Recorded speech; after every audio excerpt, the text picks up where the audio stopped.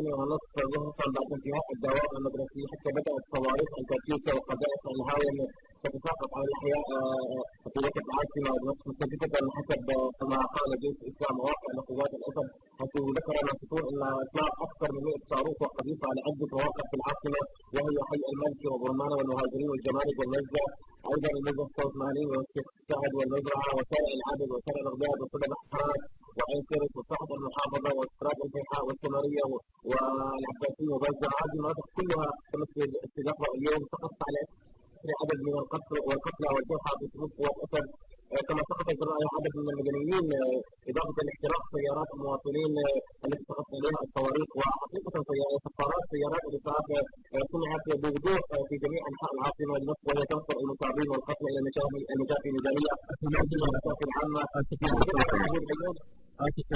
هل هناك عدد للقتلى العسكريين أو الضحايا المدنيين؟ يعني إلى الآن لا يوجد يعني عدد معروف، لكن هناك ضابط برتبة نقيب واسمه يوم الفرج تسير أو تقوم تحصيله مرات استهداف مكتب التسليم العسكري بإحدى الصواريخ. تمام.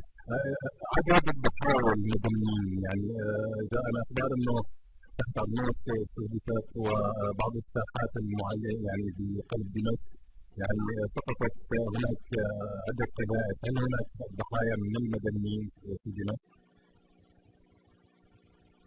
طبعا بالفعل هناك ضحايا مدنيين، لكن حسب شهود العيان الذين يقولون لنا القذائف كما قذائف هاون تخرج من فرع امن الدوله في حي كفركوسه باتجاه احياء العاصمه دمشق باتجاه مع قصف الثوار بمواقع النظام في وسط العاصمه دمشق، اضافه ايضا الذين يقولون لنا سقوط الصواريخ شاهدوا صواريخ تخرج ايضا من فرع فلسطين تستهدف الاحياء السكنيه في وسط العاصمه دمشق. يعني هناك تحذيرات انه النظام سيقصف الاماكن خاصه في يعني الكنائس او الجوامع او المدارس، هل حصل شيء من هذا القبيل في مثلا باطوله باقفتح الى اخره؟ هل هناك سقوط قذائف لهذا الشيء لحد الان يعني حقيقة سقطت قذائف على عدة أحياء وسط العاصمة دمشق من قبل النظام بيوهم العالم أن الثوار يستهدفونه، ونحن أكدنا أو جيش الإسلام أكد بأنه سوف يستهدف فقط المراكز الأمنية، ونحن لسنا أعداء لأهالي العاصمة دمشق، أهالي العاصمة دمشق أخوتنا، ونحن لا نستهدف المدنيين، استهدفنا فقط المراكز الأمنية، لكن كما ذكرنا الأفرع الأمنية كفرع أمن الدولة وفرع فلسطين قصفوا الأحياء في وسط العاصمة دمشق، ونحن الآن نرفع مقاطع صورنا لنا بعض النشطاء في وسط العاصمة دمشق وقذائف تخرج من الأفرع الأمنية باتجاه العاصمة دمشق. تمام، أكيد لازم بس ولكن يعني أنت تعرف بقلب دمشق إنه حتى المراكز الأمنية هي متواجدة ضمن الأبنية السكنية أو ضمن أحياء سكنية معينة، يعني لا توجد الدقة التامة بقصف هذه الأماكن، فيعني هل هناك دقة تامة كانت ولا يعني كان في بعض الأخطاء نوعا ما؟ طبعا الأخطاء كما حصل في كفركوس في محيط الفرع سقطت قذيفتين أو ثلاثة، طبعا صار الدقة ليست دقيقة، يعني لا يوجد قوة عسكرية تستطيع استهداف أي صاروخ بشكل أو ب100% كما حصل اليوم، يعني فرع أمن الدولة تم استهدافه من قبل الثوار، لكن قذائف سقطت في محيطه وليس في وسط الفرع. هل تتوقعون أن دولة تستخدم المعتقلين وخاصة في الأفرع الأمنية كدرع بشري؟ يعني الآن يعني الأفرع الأمنية مليئة بالمعتقلين يعني وبأقضية المعتقلات، ألا يعني دائما النظام عندما تقصف وخاصة كان في فرع الجوية بحرسها كان يعني يرتكب مجازر بعد هذا القصف ليبرر قتل المعتقلين، انه انتم من قتلتم المقر الامني الفلاني اللي فيه معتقلين وانتم من قتلتم هذا الشيء، الا تخافون من يعني تكرار مثلا هذا السيناريو؟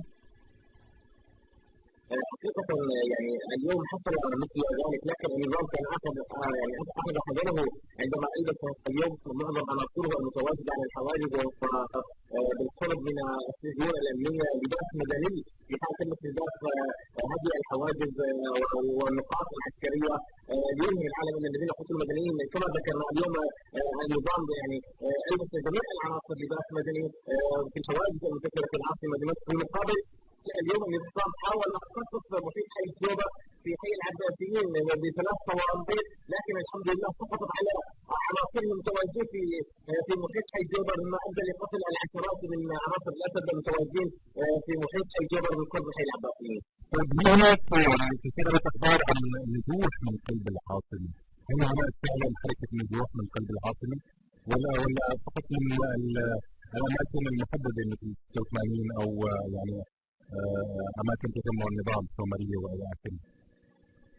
نعم بالفعل معظم المؤيدين الذين يسكنون المراكز او بالقرب من المراكز الامنيه نزحوا الى المناطق الاكثر امانا او الى الاقضيه. معظم المدنيين خرجوا من المجلس 80 والعديد من المناطق المؤيده حتى منطقه جرمانه. يعني اليوم لاحظنا عدم تزوير المدنيين في منطقه جرمانه خوفا من استهدافهم من قبل الجيش الجرماني. الكل يعلم ان منطقه جرمانه هي مؤيده للنظام. لماذا الثوار لم يستهدفوا او منطقه جرمانه رغم انها مؤيده؟ الثوار سيدي الكريم استخدموا فقط المراكز الامنيه، واليوم النظام بغبائه لا يعلم ان في محيطه مدنيين يقصدون هنا مناطق استهداف الثوار لهذه المناطق. اليوم يعني انقلب السحر على الساحر.